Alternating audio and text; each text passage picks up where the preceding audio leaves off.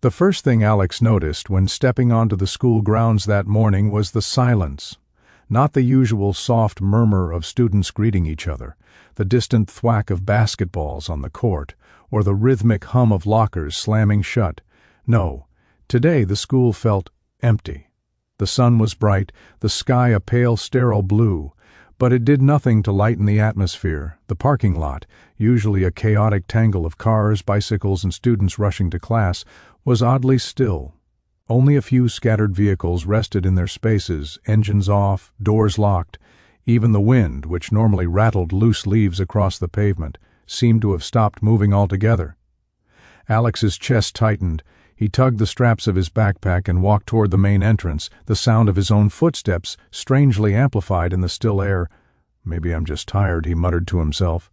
The last day of school had always been chaotic, stressful, and yet somehow this felt different. The front doors, gleaming glass and steel, reflected his face back at him. But the reflection looked wrong. His eyes were sharper than usual, too alert. A shiver ran down his spine. He shook it off and pushed inside. The lobby smelled like the usual combination of disinfectant and old carpet, but there was an underlying tang, something metallic, faint, almost imperceptible. Alex frowned. He had smelled it before somewhere. He couldn't place it. Emma was leaning against the lockers near the cafeteria entrance, scrolling through her phone. "Alex," she called, waving him over. Relief flooded him at the sight of his friend, the one familiar, grounding presence in a world that already felt slightly off. "Hey," Alex replied, trying to sound normal. "You feel it too?" Emma glanced up, raising an eyebrow. "Feel what?" "This. Quiet. Everything's weird. Look around." He gestured to the hall. Empty. Too empty. Students usually flooded the corridors early in the morning, laughing, shouting, arguing over who got the last bagel in the cafeteria. But today, only a few faces drifted past, expressionless, eyes glazed, some staring straight ahead, some seemingly staring through him. Emma followed his gaze, her lips pressed together, frowning. "Okay, yeah, that's unsettling." She tucked her phone into her pocket. Maybe it's just a slow morning? Alex wasn't convinced. There was a pattern he couldn't name yet, a rhythm in the silence, a sense of being watched from every direction. It made his skin crawl. They walked toward their first class, history with Mr. Reynolds, a teacher notorious for his peculiar habits and his obsession with punctuality. Alex had never liked him much. There was something in the way Mr. Reynolds' smile never quite reached his eyes, a tension that Alex always ignored. Today, Mr. Reynolds was waiting outside the classroom door, leaning against the frame, his hands clasped behind his back, but instead of the usual stern, slightly distracted demeanor, he was gleaming. A wide, tight smile stretched across his face, and he seemed to radiate expectation. "Good morning, Alex, Emma," he said, voice unusually bright, almost cheerful. "Welcome to your last day of school. Make it memorable." Alex blinked. The words shouldn't have bothered him, but they did. Thanks, Mr. Reynolds." "Make it memorable," Mr. Reynolds repeated, his gaze lingering a fraction too long. Then, as if satisfied, he stepped aside, gesturing for them to enter. Inside the classroom, the fluorescent lights flickered briefly, casting elongated shadows across the walls. It wasn't dark, but the shadows seemed sharper, almost alive. Students sat at their desks, but their positions were odd. Some were turned at strange angles, others hunched over, heads down, unmoving. A few stared at Alex and Emma, and when they caught the gaze, their faces smoothed into polite, vacant smiles. Alex swallowed hard. "Okay," he whispered. "Definitely weird." Emma sat beside him, glancing around nervously. "Do you think it's, I don't know, a prank? Maybe someone set this up?" Alex shook his head. No prank could make it feel like this. His voice was barely audible. He looked around the room. Something about the arrangement of the desks, the way shadows fell across the floor, felt deliberate, like the room itself was waiting for him. Mr. Reynolds clapped his hands, breaking the silence. "All right, students, settle down. Today we are going to do something different. Today, history is not about dates, wars, or kings. Today, history is about you." A murmur rippled through the class, but it was low, hesitant, as if students were unsure whether it was appropriate to speak. Emma leaned closer. "Are you hearing this?" Alex nodded. "Yeah, and it's not just weird words. It's something else." He could feel it in his gut, a pulse beneath the classroom, subtle but insistent, like the walls themselves were pressing closer. The lesson began, or at least Mr. Reynolds began speaking. His words slithered around the edges of Alex's mind, questions that seemed normal but carried double meanings, subtle traps. He asked students to recall moments from the past year, but the way he asked them made it feel like he was probing their fears, memories they would rather forget. Alex answered carefully, heart-hammering. Every so often, a student would whisper something inaudible, and even though Alex could see their lips move, he couldn't hear the words. But the feeling lingered, an impression of urgency and dread creeping along his spine. Time started to feel stretched. Minutes dragged like hours. The ticking of the wall clock was distorted, too fast, then too slow, never consistent. Alex glanced at Emma. She looked pale, her hands clenched around her notebook. "Do you see that?" she whispered. "The clock?" Alex asked. "No, everything," she said. "It's wrong." And that was when the first real fear hit. A sound, faint at first, a low scraping coming from the corner of the classroom, where no one was sitting. Alex's eyes darted there, but there was nothing, just the wall, pristine and unbroken. The scraping continued, slow and deliberate, like fingernails across a board. Mr. Reynolds's eyes followed Alex's movement, sharp now, predatory. "Ah," he said softly, almost gleefully. "You notice it, good, that is—" The first step. Alex's heart leapt into his throat. The last day of school had always been stressful, yes, but nothing like this. The walls were closing in. The shadows were moving. The silence. The silence was watching him. He looked to Emma for reassurance, but even she seemed caught in the same spell. Eyes wide, body tense, he realized with a sinking feeling that the day had only just begun, and that everything he thought he knew about his school, about the safety of its walls, was a lie. Somewhere, deep in his chest, the first spark of terror took hold. Today was not going to be ordinary. Today, the last day of school, would be a test unlike any he had ever faced. The bell rang, but it didn't sound like a bell. Not really. It was off-key, flat, lingering in Alex's ears like a note stretched too long, vibrating in a way that made his stomach churn. He clutched his backpack straps tighter and followed Emma down the hall. "Where to first?" she asked, glancing at her schedule. "Math," Alex muttered, trying to sound normal. "Room 204. They turned the corner and froze. The hallway stretched farther than it should have, impossibly long, the lockers repeating in an odd, endless pattern. Every step they took seemed to return them to the same place. Alex stopped. "Wait, we just—" He spun around, but the hallway looked identical. Empty lockers, flickering lights, a faint hum that didn't exist before. Emma's hand gripped his arm. "This isn't possible," she whispered. "We've gone in a circle." Alex's stomach sank. No, maybe we just lost track. But he didn't believe it. Something had changed. Something was wrong with the school itself. They reached room 204 at last, or what appeared to be room 204. The door was closed, but a faint light flickered beneath the bottom edge. Alex knocked lightly. No answer. He tried the handle. "Locked? Locked?" Emma asked, frowning.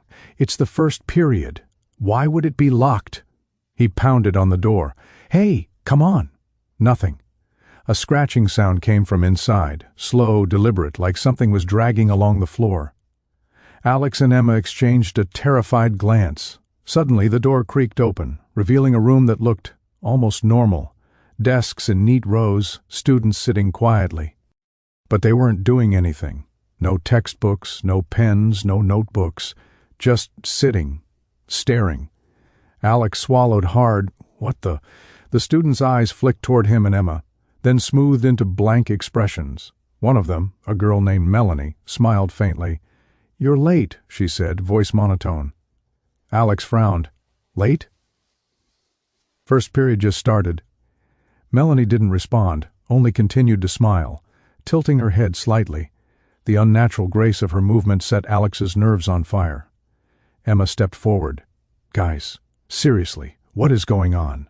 A clock on the far wall ticked, but not normally. It ran backward for a few seconds, then skipped ahead, then paused, all while the hands twitched with a nervous, jerky energy. Alex's head swam. "This isn't normal," he muttered. "Nothing about this is normal." Then he noticed Mr. Reynolds at the front of the room. He wasn't standing at the podium. No, he was floating, or almost floating, just slightly above the ground, his eyes fixed on Alex. "Good morning," he said, voice calm, almost soothing, yet carrying a hidden edge.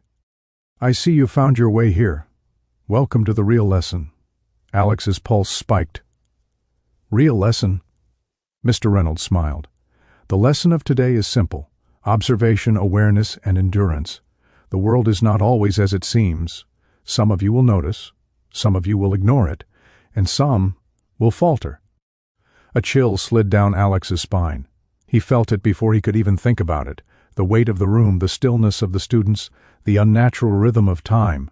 He tried to speak, to ask a question, but the words lodged in his throat. Instead, he turned to Emma. Her eyes were wide, unblinking, following every movement in the room.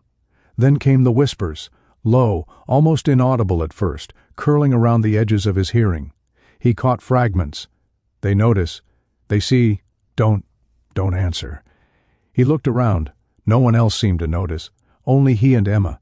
Mr. Reynolds began speaking again, giving what should have been a routine lecture about historical events, but it wasn't normal history.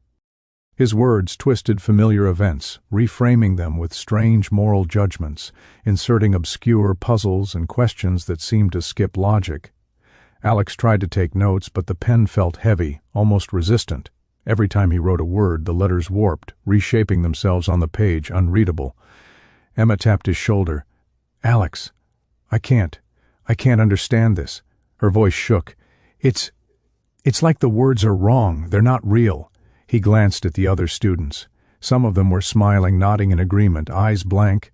Others, he noticed just for a moment, flickered, expressions contorting in fear, confusion, or something else. Then the blank smiles returned as though nothing had happened. The clock ticked again, unnaturally fast now. The second hand spun, then jerked backward, then paused. Time itself seemed to mock him. Alex's chest tightened. He wanted to run, he wanted to scream, but the door was gone. When he turned, the hallway beyond the classroom looked solid, impossible to reach. They were trapped in this room, under this lesson. "Pay attention," Mr. Reynolds said softly. "Your choices today will determine who you are. Some will pass, some will fade." A cold dread pooled in Alex's stomach. He wanted answers, but deep down he already knew. Nothing about today was normal, and the school, the teachers, the students, maybe even the building itself, was watching, testing, waiting. Every instinct screamed at him to escape, but escape wasn't simple. It had never been simple. And as the lesson continued, twisting reality with every word, Alex realized the truth. The last day of school was never about fun, celebration, or freedom. It was about survival. By the time the first period finally ended, Alex's head was spinning. The clock on the wall had skipped forward and back so many times he had no idea how long the class had lasted. He rubbed his temples and followed Emma toward the cafeteria, hoping that a familiar setting, food, chatter, laughter, might ground him. But the cafeteria was different. It was quiet. Too quiet. Usually the lunchroom buzzed with energy. Students shouting, trays clattering, the smell of pizza and fries hanging thick in the air. Today, only a few scattered students sat at the tables, their movements unnaturally slow, almost mechanical. Alex paused. "Emma, this isn't right." Emma, her jaw tight, nodded. "I know, it's like everyone's on autopilot." The cafeteria menu board flickered overhead, the fluorescent lights casting a pale, unnatural glow. Alex squinted. The usual menu items had been replaced with words that made no sense. Observe, decide, endure. In bold letters, below that, a smaller line read, "Failure has a cost." Alex swallowed. The cafeteria was no longer a place for lunch. It was a stage. Maybe we should just sit somewhere, Emma suggested, dragging him toward an empty table.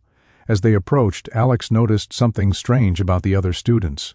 Some were whispering in groups, but the words were garbled, like they were speaking a language he couldn't understand.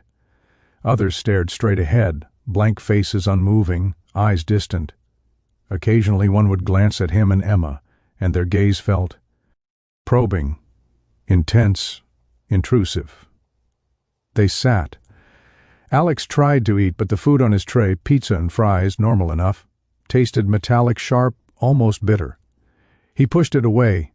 "That's gross," he muttered. Emma nodded, poking at her fries with a fork. "I can't even chew it. It's wrong." From across the room, a student named Carter leaned forward, tilting his head unnaturally. "You shouldn't eat," he whispered, voice low and urgent. "Not yet. Not today." Alex blinked. "What are you talking about?"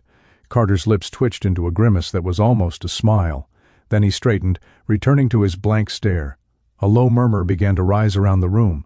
Alex realized it wasn't coming from the students. It was coming from the walls, faint whispers that seemed to circle, echo, and vanish before he could catch a word. The temperature in the room dropped. Goosebumps prickled his arms. Emma grabbed his hand. "We shouldn't be here," she said. "We need to leave, now." He looked toward the doors, but the exit seemed farther away than it should have been. The cafeteria had stretched, or perhaps the walls themselves had moved. The closer he walked to the door, the further it receded. Alex felt a rising panic. His heartbeat thumped in his ears. "Emma, we're trapped." "Trapped?" she echoed, her voice trembling. "How? This is impossible." And then the whispers intensified, louder, overlapping, nearly deafening. Words surfaced. "Fail." They were aimed at him, but they weren't directed at anyone else. They were aimed at him.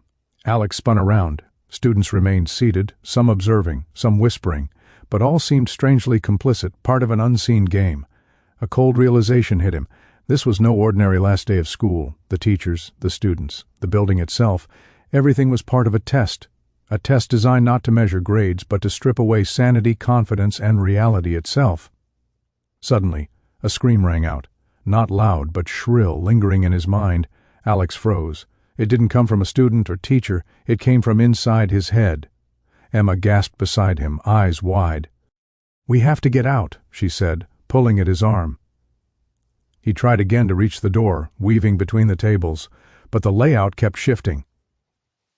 Chairs appeared where there were none. Tables seemed to double and triple in the corners of his vision. He felt dizzy, nauseated, and then he saw it. A girl sitting alone at the far end of the cafeteria. She had been in his first period class. Her face was pale, eyes wide and unblinking, a fixed, frozen expression of terror. But the worst part?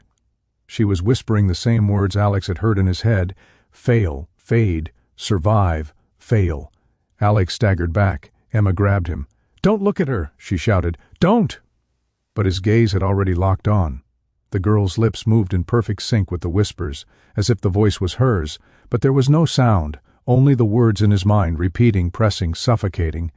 Alex stumbled to a corner, clutching his head. The whispers intensified, merging into a crescendo of soundless voices. Panic consumed him. He could feel himself unraveling. The cafeteria had become a labyrinth of fear, each turn and table a threat, each shadow a trap. And then the screaming began again, this time real. One of the students, someone Alex thought he recognized, suddenly convulsed in their seat, eyes rolling back, mouth open in a silent shriek. Other students didn't react. They only watched. Emma gripped his arm tighter. "Alex, we have to move. Now." Alex nodded, trying to focus. He had to ignore the whispers, the shadows, the impossible stretching of the room. Step by step, he and Emma wove through the shifting maze, weaving past the frozen students, ignoring the voices clawing at their minds. Finally, they reached the edge of the cafeteria, near a service door that should have led to the hallway. Alex yanked it open, only to find another hallway, longer than any hallway should be, dimly lit, empty, stretching endlessly. The door behind them had vanished. There was no turning back. Alex swallowed hard, fear pooling in his stomach. This wasn't just a school. This wasn't a building. This was a trap. And the trap had only just begun. The second bell rang, jarring and off-kilter, echoing down the endless hallway. Alex felt his chest tighten. Every sound now seemed exaggerated, amplified, vibrating in his skull. He and Emma moved cautiously, sticking close, each step feeling heavier than the last. The hallways themselves seemed alive. Doors shifted slightly when he passed them. Locker rows extended, then compressed. The fluorescent lights flickered intermittently, casting long, dancing shadows that weren't consistent with the objects in the hallway. Alex shook his head. "This isn't real. It can't be real," he muttered under his breath. Emma grabbed his arm. "Stop talking to yourself. It makes it worse." They reached their next class, English, but the classroom door was gone. In its place was a blank wall. Alex pressed his hand against it, expecting cold concrete, but it felt soft, almost like fabric. He recoiled. Where is it?" he whispered. A voice behind him made him jump. Low, calm, and chillingly precise. "It's right where it should be, if you're paying attention." Alex spun around. Mr. Reynolds was standing at the end of the hall, a smile on his face that didn't reach his eyes. "Good afternoon, Alex. I see you've made it this far. Well done. What's happening?" Alex's voice cracked. "Where is the classroom?" "Ah," Mr. Reynolds said, stepping closer, his shadow stretching unnaturally long across the hallway. "The classrooms are not what they appear to be. Today, you will learn the lesson of adaptation, flexibility, observation." Alex swallowed hard. Something in the teacher's calm, deliberate tone made his skin crawl. "Adaptation? To what?" "You will find out," Reynolds said softly. "But be warned. Those who fail to notice, those who ignore the details, fade away."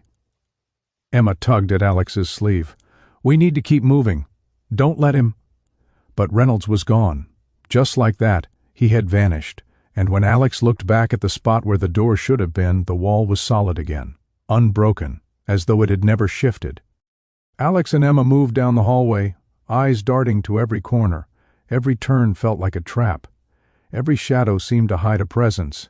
And the other students, those they passed, behaved like mannequins, moving slowly, deliberately, watching without recognition. Finally, they reached a door labeled library. Relief surged through Alex. Books, quiet, maybe a place to think. They entered. The library was wrong. Rows of books stretched infinitely in every direction. Alex could see himself reflected in the polished floors, but the reflection was slightly off, his movements delayed by a second, slightly exaggerated, his eyes darker. Emma whispered, "Alex, that's creepy." A sudden voice echoed through the library, coming from everywhere and nowhere. "Welcome to the heart of observation." Alex spun around, trying to locate the source. The voice continued, calm and icy. "Here, your mind will be tested. Your perception will be your guide, or your downfall." The books themselves seemed to shift, opening and closing on their own, pages flipping as though in a strong wind, even though the air was still. Alex's stomach churned. The whispers began again, low, urgent, unintelligible, but Alex could feel their meaning pressing into his consciousness. Watch, notice, survive, fail. He turned to Emma. "We need to leave." Emma's face was pale, eyes wide. "There's no exit. Not here." Alex's gaze swept across the endless shelves. Every turn they took led them back to the same spot. Time had lost meaning. Minutes stretched into hours, or maybe seconds. He couldn't tell anymore. From the shadows, a figure emerged. Another student, one who had been in his first period class. Her expression was frozen, emotionless, but her voice, soft, melodic, horrifying, cut through the library. "The last day isn't a day. It's a test." Alex felt bile rise in his throat. "Test? What test? Who?" The figure raised a hand, pointing at him. "Survive, or fade." A sudden flash of movement drew his attention to the far end of the library. Books toppled off shelves, forming a chaotic wave, yet no one touched them. The space warped further, and Alex realized with terror. The environment itself was alive, responding to their fear, shaping the school around them. Emma grabbed his arm. "Alex, we have to focus. We have to stay aware. He wants us to panic." Alex nodded, swallowing the rising tide of terror. "Right. Focus, observation, endurance." They moved carefully, step by step, weaving through the shifting aisles, dodging falling books and illusions that seemed real. Every instinct screamed at him to run, to scream, to give up, but giving up wasn't an option. And then Alex saw it, a flash of a clock spinning wildly, hands moving backwards and forwards. The numbers blurred. He felt the pull of time itself, trying to unhinge his mind. Panic clawed at him, but Emma's hand on his shoulder grounded him, if only slightly. Finally, they reached a reading nook, or what appeared to be one. The walls shimmered, but Alex focused on a single point. A real chair, a table, the floor beneath him. It was solid, real, something tangible. He collapsed into the chair, gasping, heart hammering. Emma sat beside him, breathing heavily. "We survived this part," she whispered. Alex shook his head. "No. This is just the start, the school. It's testing us. Not grades, not knowledge. Us, our minds." The library hummed, shelves shifting imperceptibly, whispering around them. Alex realized something chilling. There was no escaping the test. Every corner of the school, every class, every hallway was part of it. And as the afternoon stretched onward,